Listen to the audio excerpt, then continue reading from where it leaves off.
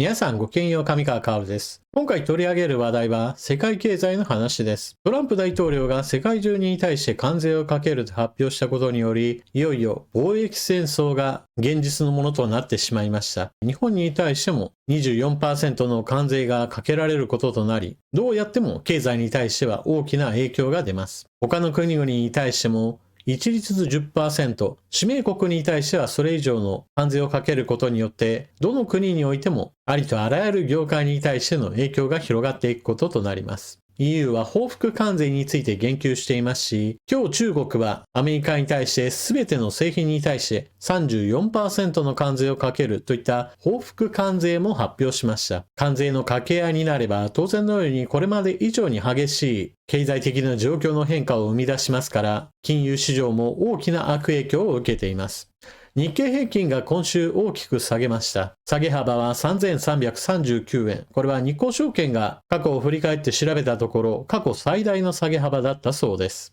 一日一日の下げ幅それ自体については何か記録的なものではないものの、継続的に下がり続けたという意味においては過去最悪だったというわけです。そして各国においても貿易戦争が激しくなる悪影響が広がるものとして、世界経済の停滞やもしくは後退、縮小といったものが考えられるため、各国においても株式市場はどこも地合いが悪化しています。日経新聞はトランプ関税に伴ってほんのここ数日の動きとして日米欧の株価は時価評価額として500兆円が吹っ飛んだというような記事も書いています。こうした話を聞いて人の不幸を笑う人たちが現れています。例えば株価が下がるとなれば投資していた人たちは必ず持ち続けている限りには時価評価額が下がります。それに伴ってざまあであるとか株なんかやっているからだみたいな形で笑い物にする人がいます。しかしこのような人を笑い物にする行為といったものは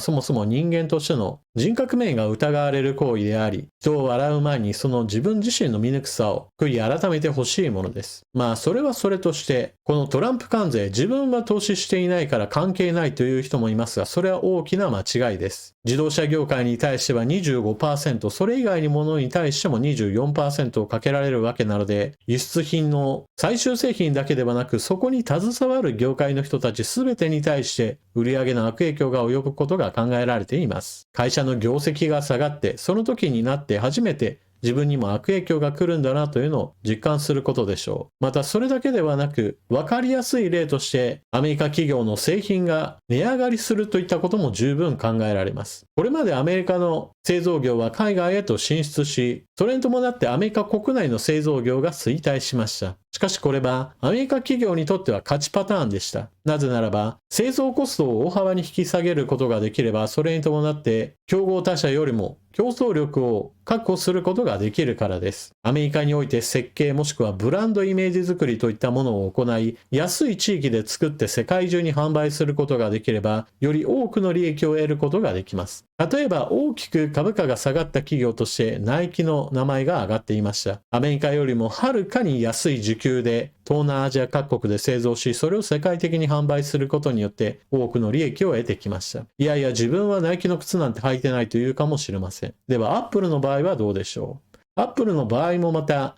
東南アジア各国での製造を行ってきました。心臓部分の半導体については台湾 TSMC が製造し、その他様々なパーツについては日本、韓国、台湾、中国などで製造し、この組み立てを行っているのが大半中国の巨大な工場です。今回トランプ関税においては中国に対して 50% 以上の関税をかけ、中国もまた報復関税を発表しました。これに伴って中国製造を行っているアップルの製品は必ずのようにその関税の悪影響を受けます。この話を聞いて、いやいやアメリカと中国との間における貿易だろうと思うかもしれませんが、必ずのように日本でも製品価格が上がると予想されています。なぜならば関税のかかっていない国との価格差というものが大きくなればなるほど、転売といったものがかなり激しく行われる危険性が高まるからです。また関税がかかった状態、それを全て値段の上昇につなげてしまえば、買う人の数が大幅に減少する危険性もあります。例えばiPhone の価格が来月から 50% 値上がりですよなんていう話をされて、買うことをためらう人はかなり出てくるはずです。15万円、20万円する iPhone が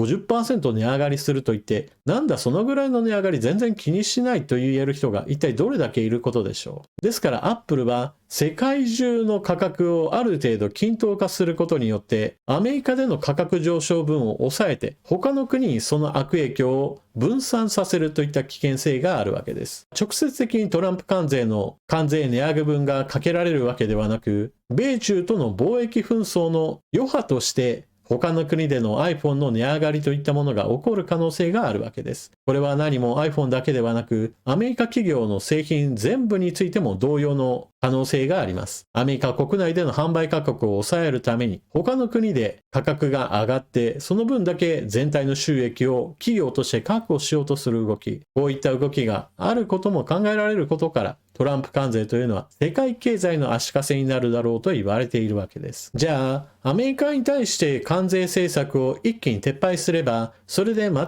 くトランプ関税から逃れることができるかといえばそうではありません。そのことを示しているのがイスラエルです。イスラエルはアメリカに対しての関税政策を一切取り払うことによってトランプ関税から逃れようとしました。トランプ関税発表前の4月1日、イスラエルはアメリカからの輸入品に対する関税を全て撤廃すると発表したのです。ところがトランプ関税は発動されました。イスラエルに対して課される関税は17% です。一律 10% よりもさらに高い 17% ですから、イスラエルに対しては、はっきりとあなたの国は問題があるよと指摘されたわけです。じゃあなんでイスラエルがアメリカからの輸入品に対して関税をゼロにしたにもかかわらず、このように 17% の関税がかけられたかといえば、そもそも何%の関税をかけたかどうかといった話が基準にはなっていないからです。アメリカは正式にどのような根拠をもとにして関税をかけたかを発表しています。それはアメリカの貿易赤字と輸入総額のこの2つの数値だけを用いて計算を行ってどのくらいの関税をかけるかを決定したというのです。ですから何%の関税がかけられているかといった話はそもそも計算の中に入っていなかったのです。トランプ大統領は世界的な株安を引き起こしたトランプ関税について、これはあくまでも一時的な反応であり、いずれアメリカの株価は大きく上昇するだろうと述べています。しかし、今回のトランプ関税によって貿易戦争へと発展していることから、今このような状況下において、アメリカの株価が一気に上昇するといった局面ではありません。しばらくはこの混乱状態は続くものとみられます。この後、中国に続いて報復関税に出る国が次々と出るのか、それともアメリカとの個別外交交渉を行ってイスラエルのように全ての関税を撤廃して何とか協議を行うのか、様々な国の反応を見ながら日本も外交する必要があるでしょう。なお今回の行動において政権叩きを必死にする人たちがいるわけですが、トランプ大統領の行動を見る限りはトランプ大統領自身が何を考えたかといったことが反映されての行動ですから、各国の首脳がどのような人物や手腕であるかについては、あんまり関係ないように私からは見えます。結局関税をかけるその根拠としても政治がどうかではなく、アメリカがどのくらいその国に対して赤字があるか、そこと紐づいている話であり、政治家が誰かであるかといったことは、全く考慮の範囲外だからです。このように世界的に経済的な混乱を引き起こすトランプ政策は、少なくとも偉大なアメリカとは程遠いような結果をもたらすものとみられます。あなたは今回の話を聞かれてどのようなことを思われたでしょうか。ぜひともコメントしていってください。それでは動画を最後までご視聴いただきありがとうございました。チャンネル登録していない方はぜひともチャンネル登録していってください。そして情報の整理整頓に役立ったなと思われる方は、ぜひとも他の方にもおすすめをよろしくお願いします。それでは次の動画でまたお目にかかりましょう。またね。